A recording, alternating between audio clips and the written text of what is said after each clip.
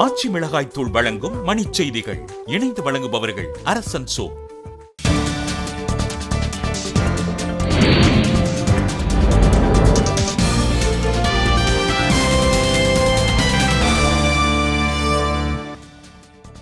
வறுமையில் உள்ளோர் பாதுகாப்பு சட்டத்தில் பிச்சை எடுப்பதை குற்றச் செயல் என்பதை நீக்க நடுவண் அரசு முடிவு. இலக்கை எட்ட மாணவர்கள் திறந்த மனதுடன் செயல்பட வேண்டும் என பிரதமர் நரேந்திர மோடி அறிவுரை.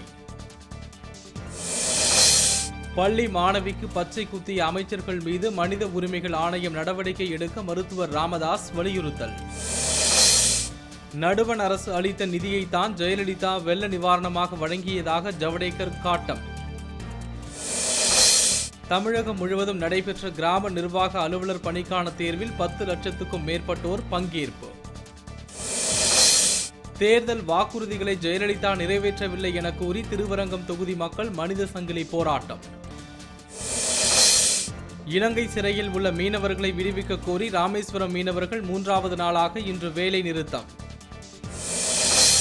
கெயில் எரிவாயு குழாய் பதிக்கும் திட்டத்தை கைவிடக் கோரி ஈரோட்டில் இஸ்லாமியர்கள் ஆர்ப்பாட்டம்.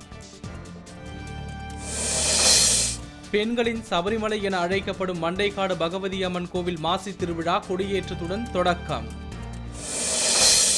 பாஜக கூட்டணி குறித்து இன்று மாலைக்குள் இறுதி முடிவு எடுக்கப்படும் என தமிழிசை சவுந்தரராஜன் கருத்து. ஆச்சி மிளகாய் தூள் வழங்கிய மணிச் செய்திகள்.